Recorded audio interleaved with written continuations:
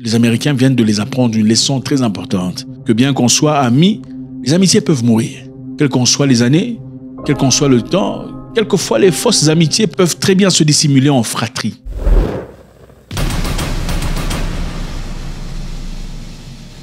La Russie vient d'exploser un bateau appartenant à la Suisse en provenance de la Grande-Bretagne, portant des équipements militaires à destination pour l'Ukraine. Ils ont repéré ça à travers leur service d'intelligence. Le bateau était marqué sous un autre nom, au nom de l'Aventé, enregistré à la Suisse. Mais à son arrivée à Odessa, le bateau a été ciblé par des missiles Highlander. 2 employés auraient été blessés dans cette histoire. Donc ça se passe maintenant. Nous savons tout ce qui s'est passé il y a quelque temps. Le président ukrainien est parti rencontrer les dirigeants européens en Grande-Bretagne. C'est pendant cette discussion où le premier ministre britannique avait proposé 2 milliards de dollars d'aide à l'Ukraine, qu'au même moment, ils envoyaient déjà un bateau rempli de munitions et d'armements qui a été repéré par le service d'intelligence russe et a été bombardé. Alors qu'est-ce qu'on dit le gouvernement ukrainien? Ils reconnaissent qu'un bateau a été explosé, mais ne reconnaissent pas qu'il y avait des munitions et des armements destinés à l'Ukraine dans ce bateau. Pour l'hôte britannique, le moment est déterminant.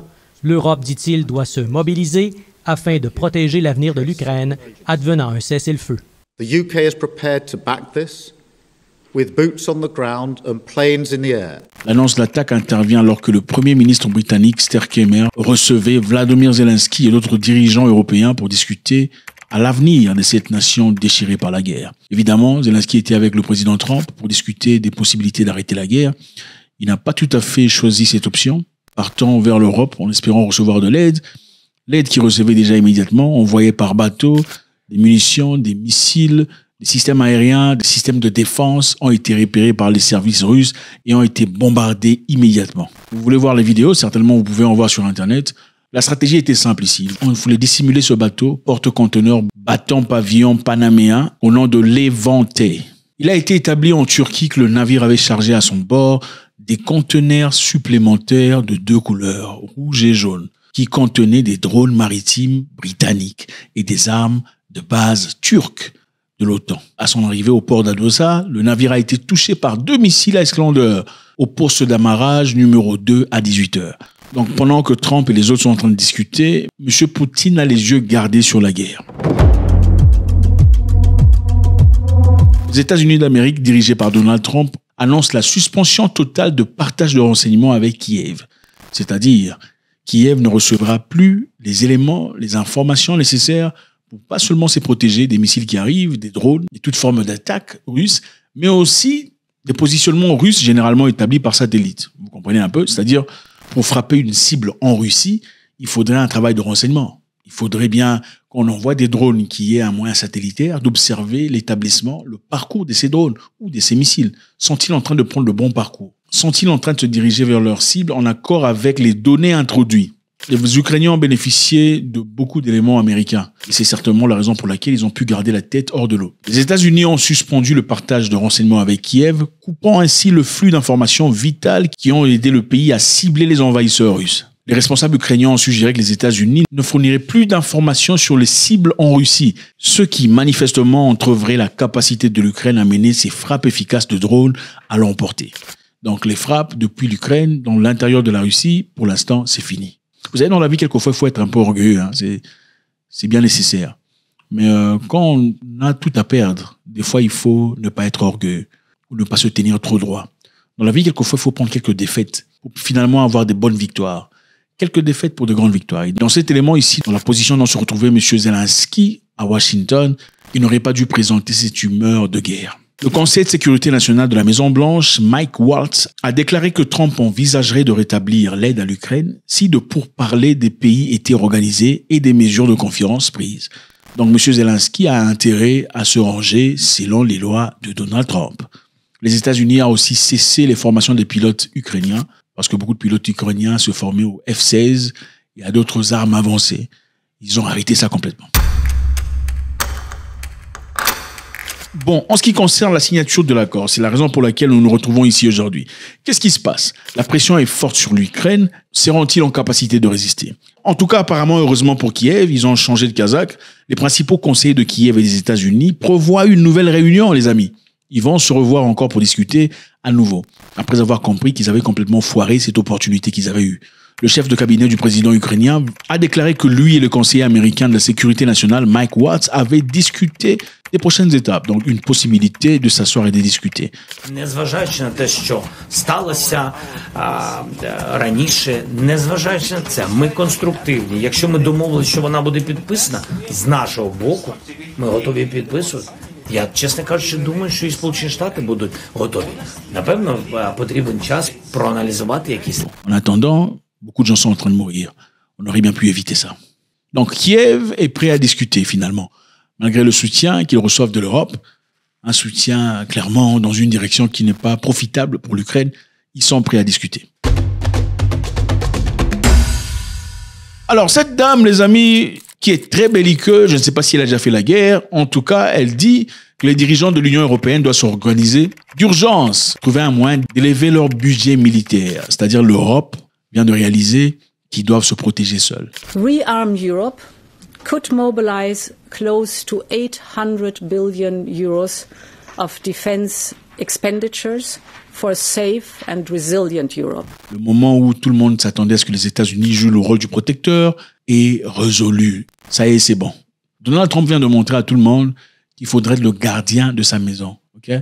Donc, il ne faut jamais mettre sa sécurité dans la poche d'une autre personne. Les dirigeants de l'Europe vont organiser une négociation d'urgence sur l'Ukraine, cherchant à s'adapter aux nouvelles exigences de sécurité. Ça, ce sont les initiatives de von der Leyen, qui adore la guerre. On ne sait pas pourquoi ils aiment la guerre. Trump essaie de finir la guerre, eux, ils veulent continuer la guerre. Ils veulent se convenir sur des moyens d'augmenter rapidement leur budget militaire, après que l'administration Trump a signalé que l'Europe devrait prendre soin de sa propre sécurité et a également suspendu son aide à l'Ukraine. Donc voilà, vous savez, il y a très longtemps, je ne sais pas pourquoi, les Européens ont décidé, OK, on ne va plus investir dans notre armement, on ne fera plus rien pour notre défense, on va laisser aux États-Unis d'Amérique s'en charger. En attendant, on va dépenser notre argent dans nos histoires internes et tout le bazar. Et ben voilà, les Américains viennent de les apprendre une leçon très importante. Que bien qu'on soit amis, les amitiés peuvent mourir. Quelles qu'en soient les années, quel qu'en soit le temps, quelquefois les fausses amitiés peuvent très bien se dissimuler en fratrie. Donc il faut faire très attention. Alors un jeune militaire britannique a été capturé en Russie, il combattait pour l'Ukraine. Il a été condamné et jugé et cerné 19 ans de prison en Russie. Ce militaire britannique fera 19 ans de prison. Il s'appelle James Scott Rees Anderson, 22 ans d'âge, accusé de terrorisme et d'activité mercenaire après sa capture à Kursk. Petit, qu'est-ce que tu vas faire à Kursk? Tu quittes la Grande-Bretagne pour aller à Kursk. Hein? Tu laisses les haricots des Britanniques là avec les bacon pour aller à Kursk. Ah, en tout cas, 22 ans d'âge. Tu cherches quoi? Il y a des gens ont des problèmes différents en tout cas. Généralement, les Russes traitent traditionnellement les étrangers combattant dans l'armée ukrainienne comme des mercenaires. Et il est affirmé qu'ils ne sont pas soumis aux protections standards offertes aux prisonniers de guerre. Vous savez, il y a une loi pour la guerre. Okay? Ce n'est pas n'importe comment qu'on se bat dans la guerre. On ne tue pas les gens n'importe comment. Surtout quand vous rencontrez une personne qui lève ses mains, qui ne veut pas se battre, on ne le tue pas. Sinon, ça sera des crimes de guerre. Mais quand vous rencontrez des mercenaires, en tout cas, la loi est différente. On ne les protège pas. Ils peuvent être finis. Et généralement, les combattants externes non ukrainiens qui combattent pour l'Ukraine dans ce conflit sont généralement traités comme de mercenaires. Mais celui-ci a quand même bénéficié d'un procès. On va le jeter en prison. On va certainement s'en servir pour des échanges plus tard. Dans ce cas, on ne peut malheureusement pas nier ni prétendre qu'il n'était pas militaire parce que sa famille a confirmé qu'il était autrefois soldat dans le Royal Service Corps de l'armée britannique. Donc, la Grande-Bretagne est manifestement engagée dans la guerre directe contre la Russie. Donc voilà, Poutine a déclenché des frappes de missiles pour couler un bateau, un cargo qui transportait des conteneurs ayant des armements pour l'Ukraine. Ils ont fait usage des missiles Islander. Les services de renseignement russes, top, savaient exactement ce qui se passe, ils ont complètement détruit. Le régime de Donald Trump suspend le partage de renseignements avec l'Ukraine. Ces renseignements étaient vitaux dans cette guerre, ça sera très difficile. Les Ukrainiens finalement décident de signer l'accord. Okay? Ils sont prêts à discuter. Ils ont pris rendez-vous avec les représentants américains pour finalement aller s'asseoir et discuter et trouver une solution finale. Ursula von der Leyen, okay, elle veut la guerre. Elle veut que les Européens se mettent ensemble et augmentent leur budget militaire pour se défendre, pour finalement décider pour eux-mêmes. Si une fois les États-Unis leur tournaient le dos, ils peuvent continuer à faire ce qu'ils ont envie de faire. La question qu'on se pose ici, les amis, c'est pourquoi les Européens veulent la guerre? Parce que Poutine et Trump clairement ne veulent plus de ça. Dans l'école des guerriers, on dit que résister est crucial, très important et salutaire à son existence. Il faut donner tout ce qu'on a comme effort, tout ce qu'on a comme élément, tout ce qu'on a dans les tripes pour se lever et rester garde devant la porte de sa maison, protégeant ses biens, sa famille et tous ceux qui nous sont chers. Mais jusqu'à quand faut-il résister? Y a-t-il un point où on se lève et on dit « là, peut-être, il faudrait plus résister. Il faudrait peut-être prendre une pause pour essayer de se reconstituer, pour devenir une force véritable. » Les Ukrainiens seront encore en discussion avec les Américains, cette fois-ci à Riyad, pour discuter sur des éventuelles possibilités pour arrêter la guerre en Ukraine. Après cette débandade qui s'est passée à Washington, où Vladimir Zelensky était face à plusieurs Américains, où la résolution de cette réunion a été décrite telle que catastrophique. M. Zelensky est rentré à la maison, il a certainement eu le temps de réfléchir pour voir quelles sont les possibilités. Suite à ce qu'avait dit M. Trump et toute son équipe, il a certainement réalisé que l'orgueil, la prétention et la résistance ont leur place à un certain moment. Mais il faudrait très vite à d'autres moments réaliser que les solutions ne sont pas toujours de force. Donc, les responsables américains et ukrainiens ont prévu de se rencontrer en Arabie Saoudite la semaine prochaine. Des figures importantes de l'administration américaine, notamment l'envoyé spécial Steve Witkoff, un homme très intéressant, il faudrait faire quelques recherches sur lui. Steve Witkoff joue un rôle très important dans ce gouvernement de Donald Trump. Il y aura aussi le secrétaire général Marco Rubio et le conseiller de la sécurité nationale Mike Waltz. Dans cette réunion, ils s'entretiendront avec leurs homologues ukrainiens cette fois-là, pour discuter dans l'objectif d'établir dans un cadre d'accord de paix et d'initier le cessez-le-feu afin de résoudre le conflit en cours entre l'Ukraine et la Russie. Ceci est très important, numéro 1, parce que la fois dernière, leur réunion a complètement foiré. M. Zelensky était sous ses émotions et M. Trump n'avait absolument pas de temps. Cette rencontre se fait suite à une série diplomatique, y compris des pourparlers précédentes entre les délégations américaines et russes à Riyad, visant à explorer des voies pour mettre fin à la guerre en Ukraine. Mais cette réunion précédente, évidemment, les amis, c'était une réunion entre les Américains et les Russes à Riyad, où les Ukrainiens n'étaient pas invités. Imaginez-vous, vous êtes en discussion ou en débandade ou en problème avec une tierce personne. Mais cette tierce personne et une autre personne discutent sur comment trouver des résolutions sur votre problème sans vous y inviter. Quel niveau de manque de respect. Certainement, les Ukrainiens ont eu un sentiment d'être négligés. Comment pouvez-vous avoir une discussion sur notre vie, sur notre pays, avec la Russie, sans nous y inviter, pendant que vous désirez recevoir de nous des biens très précieux, c'est-à-dire 50% de ce que nous avons à offrir, sur le plan richesse. Mais vous discutez sur nous sans nous y inviter, c'est un grand manque de respect. C'est peut-être la raison pour laquelle M. Zelensky est parti aux États-Unis, ayant toutes ces murs de défense élevés. Vous ne pouvez pas avoir une réunion sur comment résorber les problèmes de ma vie sans m'y inviter, ça n'a aucun sens. Ces discussions devaient aborder des questions cruciales, notamment un cessez-le-feu potentiel et l'accord controversé sur les minéraux rares, qui a été un point de friction dans la relation américo-ukrainienne. Donald Trump a été très direct. On veut 50% de ce que vous avez à offrir. Pourquoi?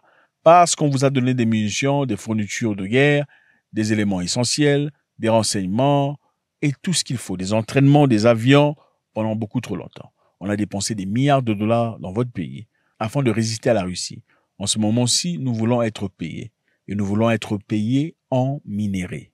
We'll be really partnering with Ukraine in terms of rare earth. We very much need rare earth. They have great rare earth. We don't have that much of it here. We have some, but we don't have that much, and we need a lot more to really propel us to the next level of, we need resources. We have to double our electric capacity. We have to do many things. We have to really triple, if you think of it, the electric capacity from what we have right now, if you can believe it. It brings us great wealth. We get back the money that we've spent, and we hope that we're going to be able to settle this up. Au départ, vous avez vu, M. Zelensky avait résisté. Arrivé à un certain point, je pense qu'il a eu le temps de discuter avec ses frères. Et on lui a dit, Zelensky, si tu veux y vivre en vie, si tu veux continuer à respirer, il est peut-être temps de signer cet accord. Alors, M. Zelensky a envoyé une lettre à M. Trump, ouvertement. President Zelensky sent a letter to the president. I think the president thought that it was a really good, positive first step. And from that, we're now in discussions to coordinate a meeting with the Ukrainians in Riyadh or even potentially Jeddah. So the city's moving around a little bit, but it will be Saudi Arabia. And I think the idea is to get down a framework for a peace agreement and an initial ceasefire as well. M. Zelensky est prêt à signer. Il a envoyé une lettre à Donald Trump juste à son arrivée en Europe. Cette idée, évidemment, n'est pas très partagée par les dirigeants européens.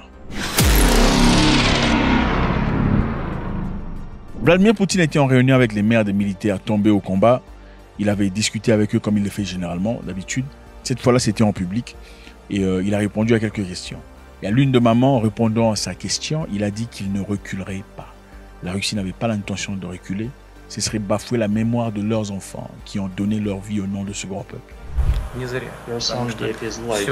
Ради чего он боролся, все оно двигается, идет вперед, реализуются те цели, которые он, будучи совсем молодым человеком, тоже, судя по всему, перед собой ставил. Знаете, можно я чуть добавлю? Наверное, для нас, особенно семьи погибших, финальная точка, мы очень ждем победу, и мне кажется, что наши сыновья упокоятся окончательно, когда наступит мир, но только мы должны дойти до конца.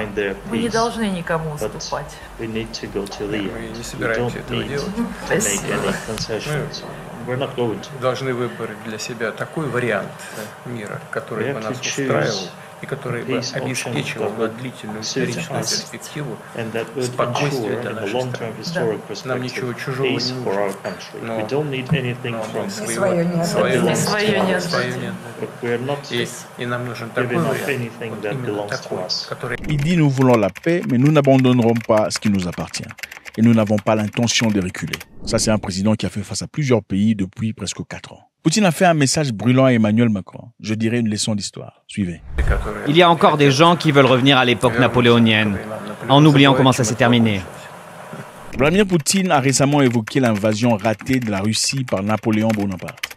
Il a juste rappelé à la France que Napoléon a aussi essayé d'attaquer la Russie. Mais son sort face à la Russie a été une défaite écrasante. Et d'une part, M. Macron devait faire très attention avec ses ambitions napoléoniennes. Macron a fusillé en retour, disant « Vladimir Poutine a simplement fait ce commentaire parce qu'il s'est senti touché. Et il est conscient de la capacité des Français. » Écoutez. Dans ce qui fait un contresens historique, et ça m'étonne de lui, Napoléon menait des conquêtes. La seule puissance impériale que je vois aujourd'hui en Europe s'appelle la Russie.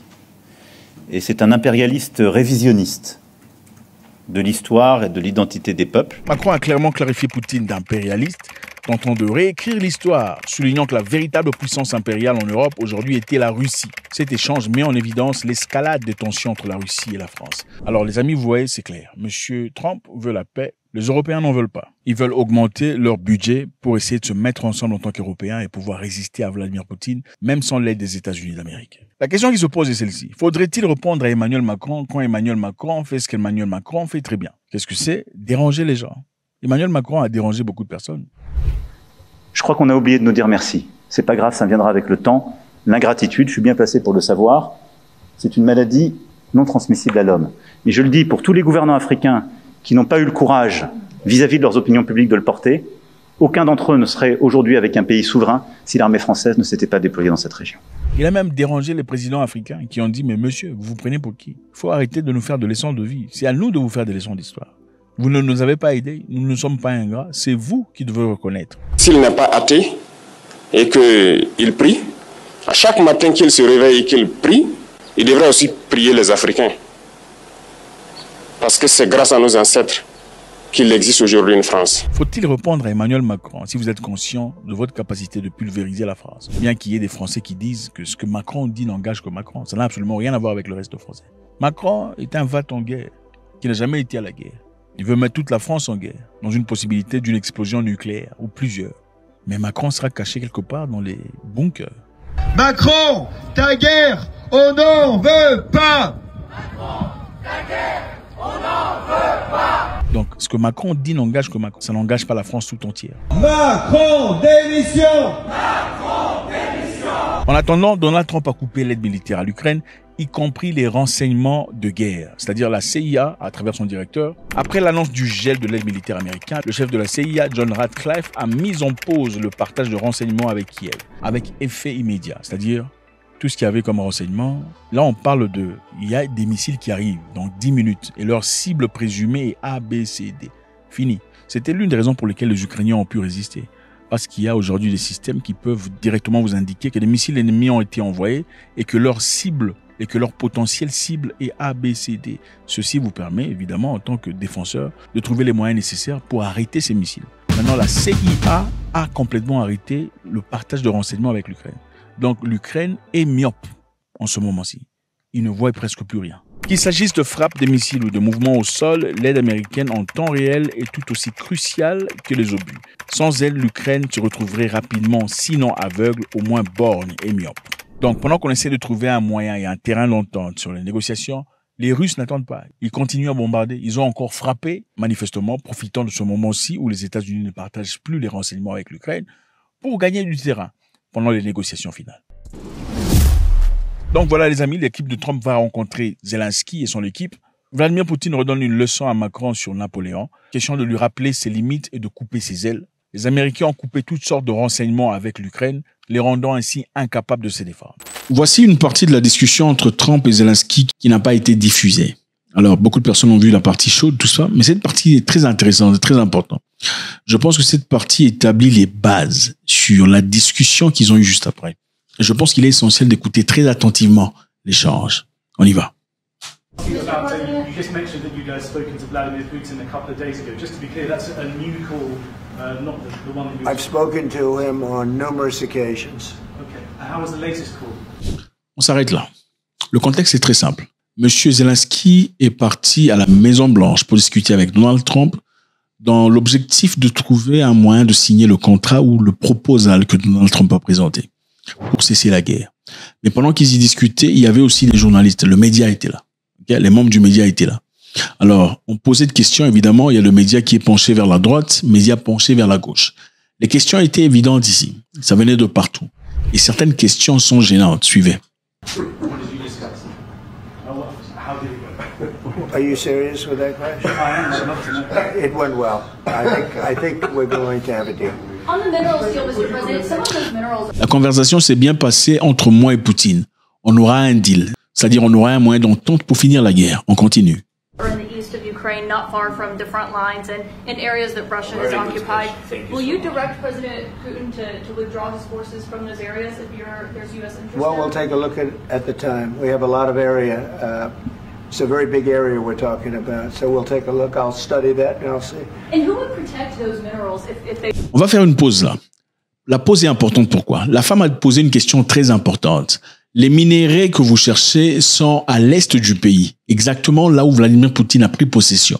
Donc le contrat que vous désirez signer avec Zelensky ici, une grande partie de ces minéraux se trouve à l'est, là où les Russes sont occupés. Comptez-vous demander à M. Poutine de se retirer de ces terres-là? La question est très claire. La réponse de Trump est quoi? Nous allons voir, c'est une grande partie, on va voir, on va établir et on va discuter. Donc il n'a pas donné de réponse. Continue. They'll be protected. The agreement will protect them. The agreement, yeah. Allez-vous protéger les minéraux si c'était pour l'intérêt des États-Unis d'Amérique? Il a dit je le ferai. We're signing an agreement. Right, but what if Russia tries to invade or there's Russian aggression in their spot? I just told you I don't think that's going to happen. And if that were going to happen, I wouldn't make it. Ok, on va s'arrêter là. Et si la Russie attaquait, qu'est-ce qui se passerait? La personne qui parle là, c'est une journaliste de CNN. Ok? Et ces questions sont des questions qui ne seront pas une passe. Ça sera des questions dures. Parce que voilà, CNN, c'est pas l'ami de Donald Trump. Est-ce que les États-Unis réagiraient au cas où les Russes intervenaient encore une fois dans cet espace, si elle était couverte par les États-Unis d'Amérique? Qu'est-ce que Trump dit? If I thought that was going to happen, I wouldn't make a deal. Some people may wonder why. You know, they ought to focus on CNN on survival, not asking me these ridiculous questions. Focus on surviving, because CNN's got such low ratings. I don't think they're... Ok. Il dit, je pense pas que les Russes attaqueraient l'Ukraine.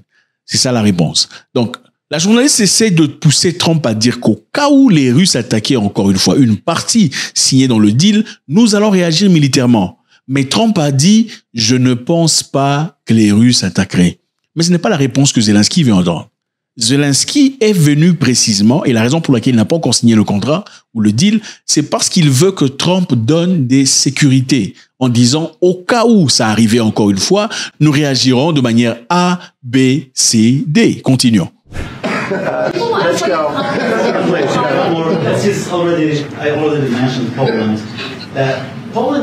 Voilà, il commence à bombarder CNN. When I was a kid, I looked at the United States not only as a most powerful country. Monsieur n'a pas répondu à la question, d'accord? Mais il a bombardé CNN. A-t-il raison? Point d'interrogation. On continue. Richest country in the world. The country that has great music, great movies, great muscle cars, but also as a force for. Now I'm talking with my friends in Poland, and they are worried that you align yourself too much with Putin. What's your message for them? Well, if I didn't align myself with both of them, you'd never have a deal. You want me to say really terrible things about Putin and then say, "Hi, Vladimir, how are we doing on the deal?" That doesn't work that way. I'm not aligned with Putin. I'm not aligned with anybody. I'm aligned with the United States of America and for the good of the world. I'm aligned with the world, and I want to get this thing over with. You see the hatred he's got for Putin. It's very tough for me to make a deal with that kind of hate. He's got tremendous hatred, and I understand that, but I can tell you the other side isn't exactly in love with him either. So it's not a question of alignment. I'm aligned with the world. I want to get the thing set. I'm aligned. Waouh! Donc, il dit, Monsieur Zelensky a beaucoup de haine pour Vladimir Poutine. C'est évident. C'est difficile pour moi de faire un deal avec une personne qui hait Monsieur Poutine. With Europe, I want to see if we can get this thing done. You want me to be tough? I could be tougher than any human being you've ever seen. I'd be so. L'autre côté n'est pas du tout en amour avec lui non plus. Il n'a pas dit avec l'excellence, Monsieur le Président. Il dit avec lui. Vous voyez un peu le manque de respect là. C'est diplomatique, c'est mental, c'est du haut degré. Il ne dit pas avec son excellence ou avec Monsieur le Président, mais ils ne sont pas en amour avec lui non plus en pointant du doigt. On va recommencer cette partie-là un peu. Tough. But you're never going to get a deal that way, so that's the way it goes. All right, one more question. Zelensky est surpris, ok? Il est surpris de l'entendre dire ça. Continue, on va voir là où il pointe du doigt. I will respond to this. So look, for 4 years in the United States of America, we had a president who stood up at press conferences and talked tough about Vladimir Putin, and then Putin invaded Ukraine and destroyed a significant chunk of the country. The path to peace and the path to prosperity is maybe engaging in diplomacy. We tried the pathway of Joe Biden of thumping our chest and pretending that the President of the United States' word. Donc, ce qu'ils essaient de dire, M. Trump est censé montrer beaucoup plus de fureur à l'égard de Vladimir Poutine. Les gens ont même créé des vidéos sur intelligence artificielle montrant Poutine en train de tirer Trump. C'est-à-dire, les gens, en tout cas de la partie gauche, veulent voir Trump réagir de manière absurdement forte à l'égard de Poutine. Donc, on trouve un tout petit peu que M. Trump est un peu trop soft. Mais Trump le dit. Je ne peux pas crier sur Poutine et puis chercher à négocier avec lui. Ça ne fonctionne pas. Il faut essayer d'être doux ici et là. Je comprends tout à fait l'aigreur que possède monsieur ici à mes côtés à l'égard de Poutine. Mais là-bas aussi, on l'aime pas non plus. Mattered more than the President of the United States' actions. What makes America a good country is America engaging in diplomacy. That's what President Trump is doing. Can I ask you? Sure. Yeah? Yeah. Okay. So, here... Ok, donc pendant 4 ans, pour répondre à votre question, on a eu un président qui a parlé durement contre Poutine, mais ça n'a pas empêché Poutine de prendre les armes et de traverser en Ukraine.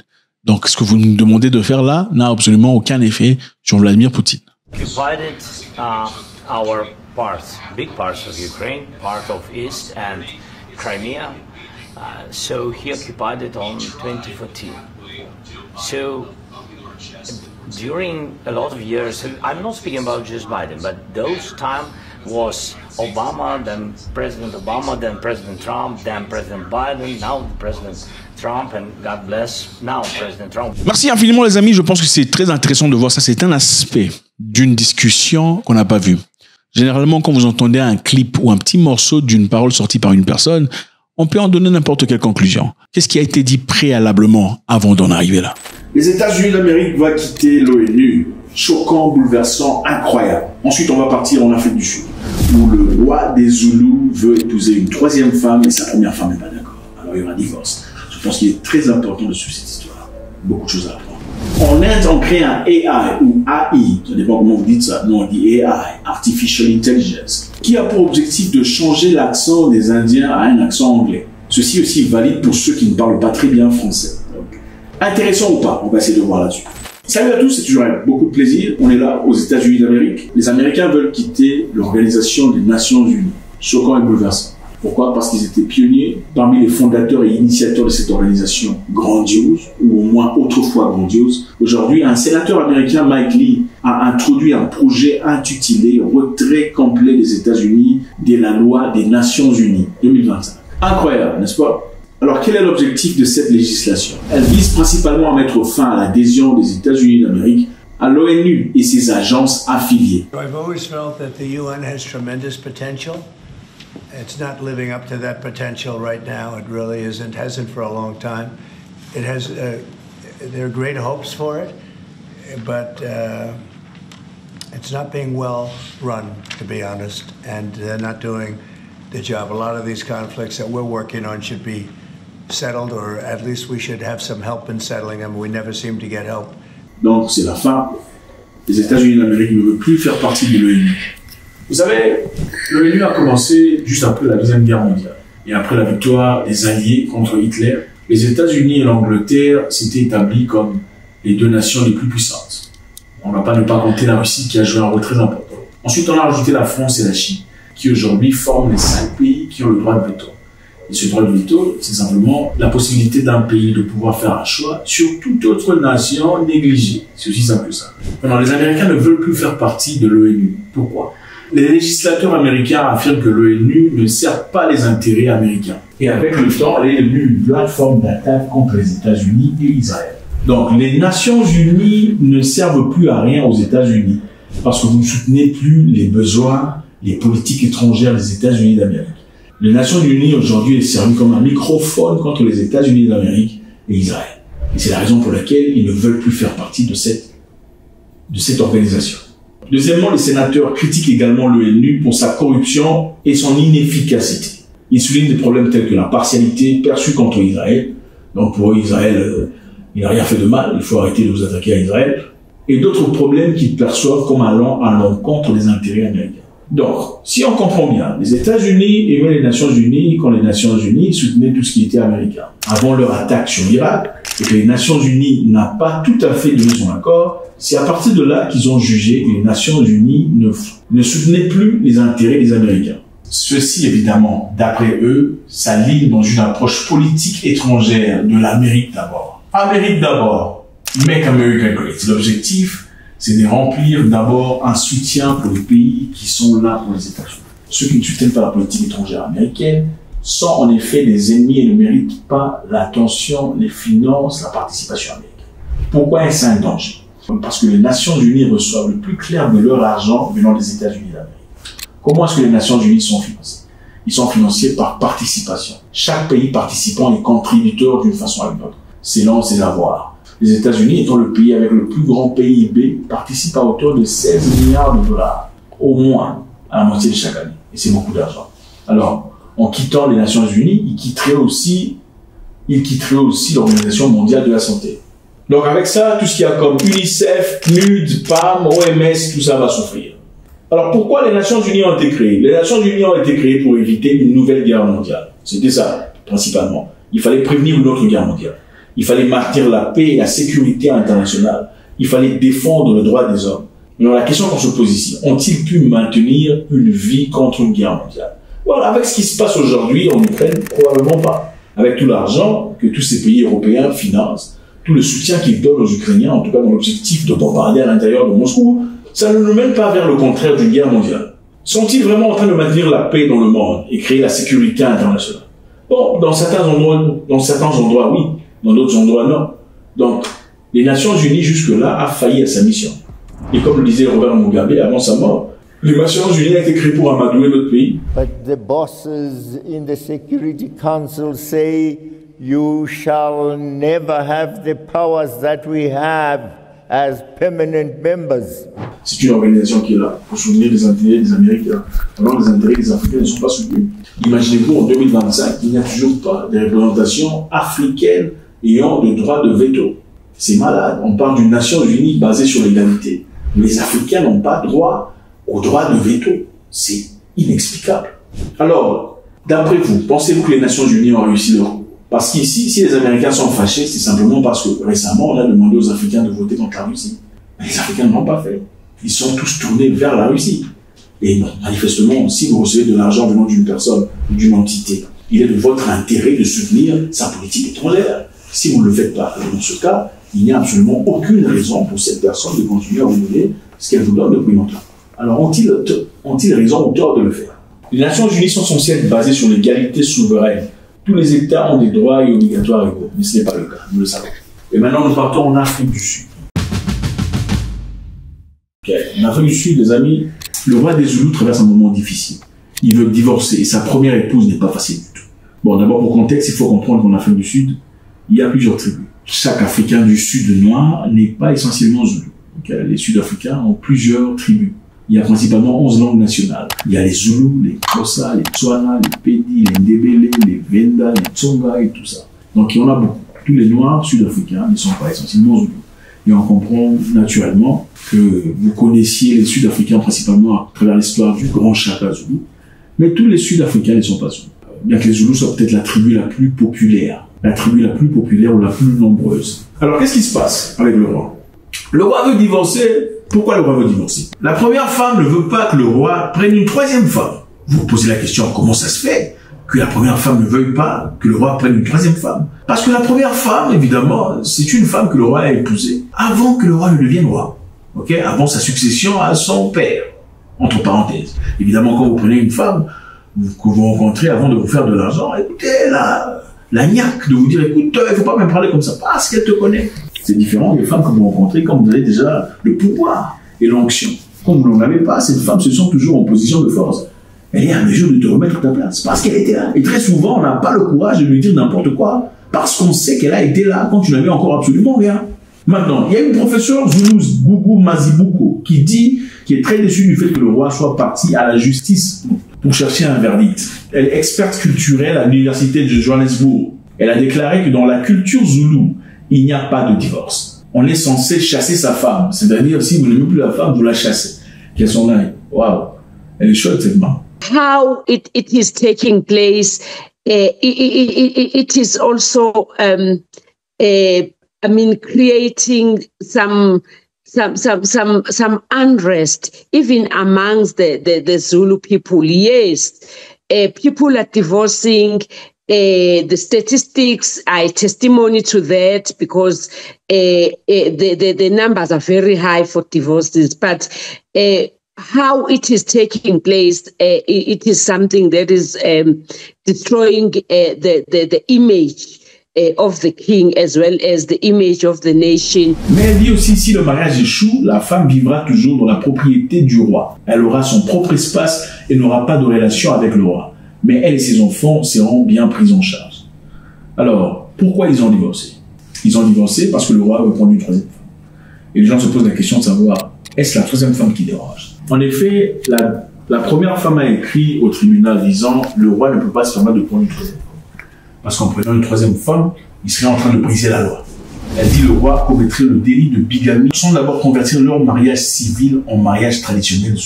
Bon, comprenez une chose, en Afrique du Sud, il y a plusieurs types de mariages. Il y a un mariage civil, il y a un mariage culturel, il y a un mariage religieux, il y a plusieurs types de mariages.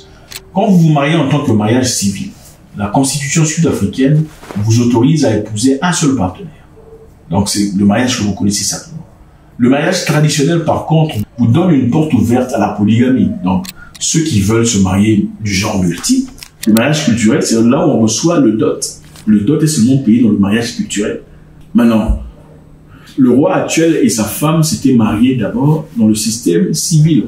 Donc, elle est en plein droit de dire, avant que tu n'épouses une autre femme, il te faudra changer le système de civil à système, changer le système civil à système traditionnel. Mais tu ne l'as pas fait. Comment veux-tu épouser une troisième femme? Bon, écoutez, la question est très simple. Une troisième femme, on ne parle pas d'une deuxième, mais d'une troisième femme. C'est-à-dire qu'il y a eu une deuxième, n'est-ce pas? Pourquoi elle n'a pas réagi quand il y avait une deuxième femme? Pour l'interrogation. Le juge a rejeté sa demande, disant qu'elle avait autorisé au roi d'épouser, puisqu'elle n'avait jamais fait de bruit quand le roi avait pris une seconde femme. Bon, ce qu'on comprend là, c'est que, bon, à un moment donné, certainement, peut-être que le roi a promis certaines choses à la première femme, il dit laisse-moi épouser la seconde, je ferai ABC. Enfin, quand le roi ne l'a pas fait. Et quand le roi essaie d'épouser une troisième, elle dit non, cette fois-là, lui d'être tiré dans les trucs là comme ça. Ça ne sera pas acceptable. Alors le roi, ça rigole pas les amis, quel genre de femme il épouse? La deuxième femme du roi s'appelle la reine Nosiwe Malukela, Nozizwe Mamulela. Alors qui est-elle? Elle est une dirigeante bancaire expérimentée des Swatini, avec une formation en droit. Elle a épousé Sa Majesté quelques mois après son couronnement. La deuxième épouse du roi a des très bons résultats académiques. Elle a occupé divers postes influents dans le secteur bancaire des Swatini. Sa mère était la première femme Swati à obtenir un doctorat et la première vice-présidente chancelière de l'université des Swatini. Donc le mariage de polygamie, ce n'est pas essentiellement pour les gens qui n'ont pas fait l'école. Pour ceux qui sont là, les Africains qui ont été moulés au fromage à Paris et à Toulouse. Les mariages traditionnels où l'homme a plusieurs femmes, c'est pas essentiellement des gens qui n'ont pas d'opportunité, qui sont pauvres. Toutes ces femmes ne sont pas pauvres, okay? Évidemment, elle n'est pas pauvre. Vous non plus, je pense que vous ne direz pas non à un roi qui vous prend pour 2 épouses. C'est l'argent que vous aimez, il faut arrêter les bêtises. Bref, c'est ça. C'est pour dire, beaucoup vous diront que les mariages monogames sont des mariages réussis, les mariages polygames ont beaucoup de sorcellerie, c'est votre mariage polygame qui avait la sorcellerie. Ce n'est pas tout le monde mariage polygame qui a la sorcellerie. Votre mariage, vous avez la sorcellerie, votre famille était sorcière. C'est votre famille qui était sorcière. Votre famille de polygamie était sorcière. Vous avez la sorcellerie. Non, ce n'est pas tout le monde, c'est vous. Dans votre famille, vous avez la sorcellerie. Voilà. Il y a des mariages monogames qui sont difficiles, qui ne réussissent pas. Il y a la peine, la douleur, la prière, la galère. Il y a des mariages polygames qui réussissent. Je pense qu'il est essentiel de respecter ça. Moi-même, j'ai grandi autour d'une famille polygame et c'était inspirant parce que, voilà, il y avait 2 mamans. Mais la première maman pouvait punir l'enfant de la deuxième maman. Mais tout le monde le regardait, personne ne disait rien. L'enfant va pleurer, mais non, c'est ta maman qui te punit. Et en fin de compte, les 2 mamans étaient les meilleurs amis du monde. Les meilleurs amis du monde. Même l'église leur a demandé, oh non, il faut vous séparer. L'église dit à l'homme, il faut guérir tes femmes. Si tu veux aller au paradis. Le papa a dit, non, je ne le ferai pas. Celle qui a envie de partir peut partir. En fin de compte, plusieurs années plus tard, les personnes qui prêchaient à cette famille de se diviser, beaucoup parmi eux sont divorcés. Mais c'était des mariages monogames. Pendant que cette famille a évolué, ils ont vécu très bien. C'est pour vous dire que voilà, il faut avoir un esprit ouvert. Ce n'est pas pour vous encourager dans la polygamie. Chacun est adulte et vacciné, il fait ce qu'il a envie de faire. Mais je pense qu'il est essentiel d'avoir une ouverture d'esprit et voir les choses pour ce qu'elles sont. La question qui se pose ici, la reine avait-elle le droit de s'opposer à ce mariage? Le roi a déclaré dans des documents judiciaires qu'il n'avait pas vécu comme mari et femme depuis au moins 1 an et que leur mariage était irrémédiablement rompu. Bon, c'est vrai, il y a des femmes qui sont très difficiles, hein, très têtues comme des rocs. Enfin bref, c'est pas pour dire que monsieur avait raison, c'est simplement pour dire qu'à un moment donné, ça devient irrémédiable. Et quand c'est irrémédiable, peut-être que la meilleure chose à faire, c'est de se séparer. Et maintenant, nous partons en Inde.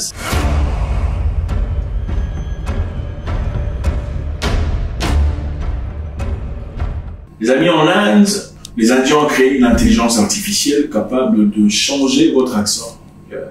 Pour ceux-là qui aiment parler comme Mélenchon, finalement, votre temps est arrivé. On va varier votre accent au téléphone, sans difficulté, tout le bazar. Et pourquoi ils l'ont fait? C'est pour les call centers, les centres d'appel. Enfin, comment vous appelez ça en français? Les call centers. En Inde, il y a beaucoup de call centers. Les call centers en Inde sont très importants pour les entreprises dans le monde. Donc, beaucoup d'entreprises dans le monde, y compris Sony, Samsung, iPhone et tout le bazar, ont des call centers en Inde. Pourquoi en Inde? Parce que, ils sont compétents. Secondo, parce que le main-d'œuvre coûte moins cher. C'est beaucoup plus abordable que de prendre un Américain ou un Anglais et l'embaucher pour le genre de boulot à 24 heures ou 16 heures de travail. Alors, les Indiens en profitent. Et en Inde, il y a au moins 350 000 call centers. 350 000. Incroyable. Et voilà. Pour ceux qui parlent anglais, ils ont eu beaucoup de difficultés à discuter avec un agent de call center parlant anglais, mais venant de l'Inde, ce n'est pas facile. Pour ceux qui connaissent, moi j'ai eu cette expérience aux États-Unis à plusieurs reprises. Alors pour remédier à ça, ils ont créé un AI capable de changer ton accent complètement. Est-ce une bonne chose ou pas? Bon, pour les Indiens, c'est une bonne chose. Mais pour les voleurs, c'est aussi une très bonne chose. C'est dangereux pour ceux qui ne sont pas. On peut facilement, les Nigérians vont vraiment se regarder, changer leur voix en américain ou en irlandais pour essayer de voler l'argent de quelqu'un. Il n'y a plus de Oga, my friend. Vous savez, facilement, quand on vous appelle, quelqu'un vous appelle, il dit, je vous appelle de l'Irlande. Et vous entendez quelqu'un dire, hey, my friend, how are you? Tu sais, justement, celui-là, c'est un voleur. Mais avec cette intelligence artificielle, cela deviendra très difficile à repérer. Vous voulez devenir américain, citoyen américain, avec un passeport américain? Passeport, c'est génial, n'est-ce pas? Passeport américain, je suis américain. Eh ben, il y a une belle opportunité. C'est intéressant quand vous voyez les Africains, généralement, quand ils ont double nationalité, c'est toujours Ivoirien américain. Hein? Burundais américain. Ougandais, enfin, c'est intéressant. Jamais, c'est difficile. Vous ne verrez jamais un Américain dire je suis américo-belge, américo-norvégien. Ils disent I'm American citizen. Point barre. Jamais ivoirio-américaine. Enfin, bref. OK. Alors, les États-Unis d'Amérique ouvrent la porte à travers Donald Trump. Ils ont réalisé que vous pleurnichez, vous voulez tous devenir américains. Alors, voilà. On peut comprendre tout à fait, vous savez, avec l'influence culturelle que l'Afrique a subie pendant très longtemps. Les films américains, Rambo américain, Commando américain. Tout le monde rêve d'être américain. Moi, je me souviens aussi, moi-même d'ailleurs, mon premier voyage aux États-Unis, j'étais très impressionné, très complexé par les Américains. J'étais super complexé. J'avais un complexe d'infériorité. Dur. OK? Jusqu'à ce qu'un jour, évidemment, un jour, un Américain voit une vidéo de moi dans mon téléphone. C'était la vidéo de mon neveu en train de marcher à côté de la piscine, chez nous à la maison, à côté de la piscine en train de marcher. Le gars bondit, il dit, ah bon? What? Are there swimming pools in Africa? Non, y a-t-il des piscines en Afrique? C'est pas possible. C'est l'Afrique, ça? Waouh! C'est là que je dis, oh, mais c'est un Américain, ce gars? Ah bon? C'est à partir de là que mon niveau de respect a commencé à diminuer. Il me regardait et dit, mais toi, on te croirait, on croirait que t'es américain, on dirait pas que t'es un Africain. On pourrait croire que t'es de New York, you look like you're from New York or something. J'ai dit, OK. Mais ben ça. Beaucoup d'Africains, généralement, même quand tu pars en France, on te dit, ah, tu n'es pas encore, est-ce que la France, c'est l'Amérique? Est-ce que là-bas, c'est les États-Unis? Tout le monde rêve des Amériques. Ah ben, Donald Trump vient de vous ouvrir la porte. La porte est ouverte, mais il faut de l'argent. Okay? Vous voulez devenir américain, il vous faut combien? 5 millions de dollars. OK? Voilà la nouvelle règle. Bravo, vous êtes content. Ouais, c'est dur, n'est-ce pas? 5 millions de dollars pour les Africains. Vous voulez devenir américain, direct. T'as même pas besoin de green card ou quoi que ce soit, direct américain. 5 millions de dollars. L'objectif, c'est quoi? Ils veulent plus des clochards, des pleurnichards, des gens qui viennent pour des objectifs absolument obscurs, des gens qui finalement viennent peser sur leur société financière. Ils veulent des gens qui peuvent investir. Alors, qu'est-ce qui change ici? Pourtant, c'est pas la première fois. Okay? Les États-Unis ont un système qui vous permet de devenir américain très rapidement. Okay? Moyennant un investissement. Mais on ne devient pas directement américain. On a d'abord une green card. Okay? Carte verte. Ensuite, donc permanent résident. Ensuite, vous suivez la procédure pour devenir américain. Mais avec les 5 millions que Donald Trump propose, vous avez directement la nationalité américaine. We're going to be doing something else that's going to be very, very good. We're going to be selling a gold card. You have a green card. This is a gold card. We're going to be putting a price on that card of about $5 million, and that's going to give you green card privileges plus. It's going to be a route to citizenship, and wealthy people will be coming into our country by buying this card. They'll be wealthy.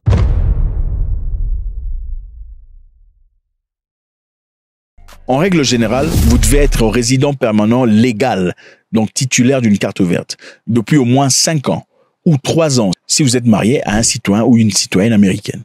Donc c'est ça, il faut être là régulièrement pour potentiellement avoir cette possibilité de devenir américain. Numéro 2, vous devez avoir vécu de manière continue aux États-Unis pendant une période requise. Numéro 3, vous devez faire preuve d'une bonne moralité, ce qui signifie également avoir un casier judiciaire vierge. Donc les voyous, les bandits, les drug dealers, les prostituées, tout ça, si vous vous faites attraper, c'est fini, au revoir. Numéro 4, maîtrise de l'anglais et connaissances civiques. Vous devez être capable de lire et écrire et parler anglais de base. Vous devez également réussir un test d'éducation civique démontrant votre connaissance de l'histoire et du gouvernement des États-Unis. Donc il faut connaître l'histoire des États-Unis, c'est pas pour les imbéciles, hein. Il faut faire quelques études pour comprendre, pour finalement être accepté comme citoyen américain. Il y a aussi une autre façon à travers laquelle on peut devenir américain. On te recrute, ok? Carrément, on t'envoie en Afghanistan pour aller combattre. Tu combats pour les États. Et ensuite, en retour, si tu reviens vivant, tu deviens américain. Bah, moi, on m'avait proposé ça. C'est-à-dire, il y a plusieurs façons de devenir américain, mais Donald Trump vous propose 5 millions de dollars pour devenir américain. Mais moi, je me pose la question de savoir, vous allez devenir américain, c'est pourquoi? Pour aller vivre aux États-Unis? Vous pouvez vivre aux États-Unis sans essentiellement devenir américain. Et avec ça, il y a beaucoup... Le problème le plus évident, c'est quoi? Les Noirs américains eux-mêmes vivent dans des conditions très difficiles aux États-Unis, dans leur propre pays. N'est-ce pas? Quand tu es Noir américain, tu sors dans ta bagnole, si c'est une jolie voiture, dans le quartier, il y a beaucoup de chances que tu te fasses arrêter par la police. Driver's license, registration, hey, don't put your hands in your pocket. Non, voilà. C'est comme ça que vous avez créé Black Lives Matter, non? Black Lives Matter, vous avez créé ça pourquoi?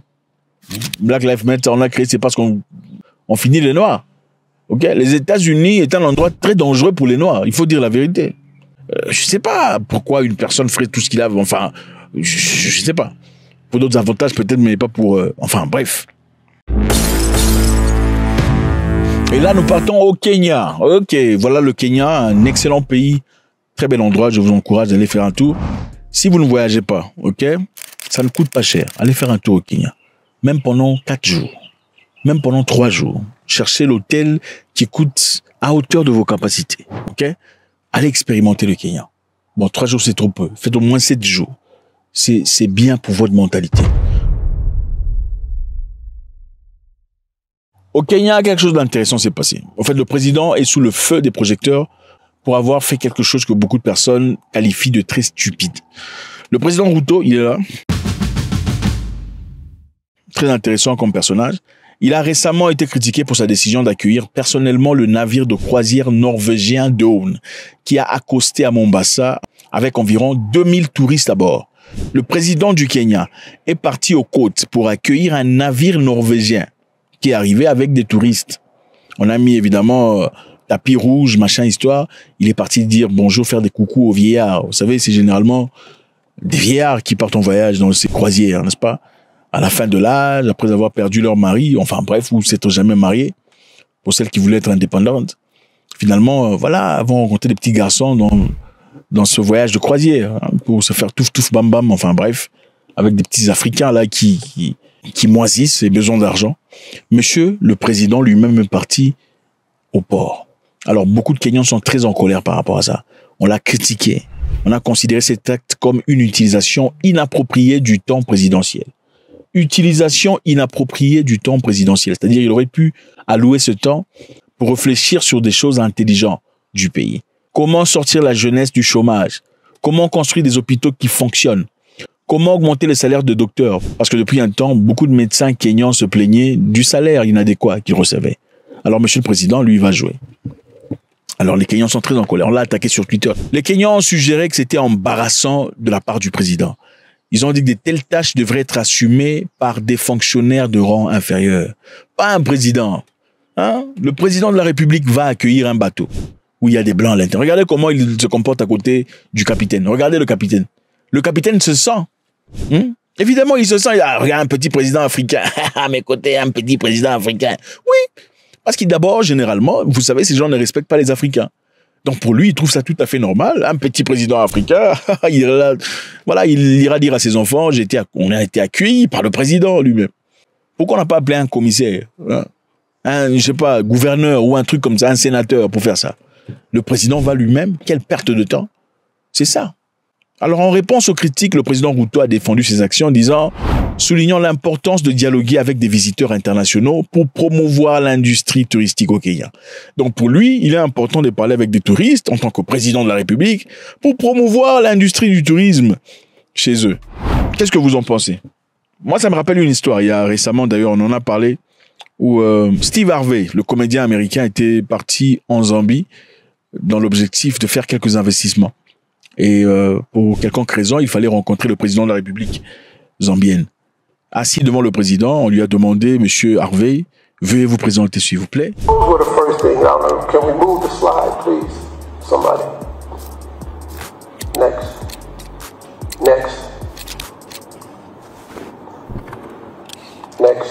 We don't need to go who I am. I'm famous.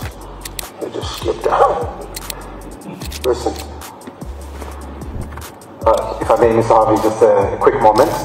Really just from an introductory perspective, I think we've covered a bit and we'll definitely dive into the slides. I wanted to perhaps allow for the President to provide some opening remarks because we'll get the yeah, sure. Because there's some aspects the media will have to excuse. That's it.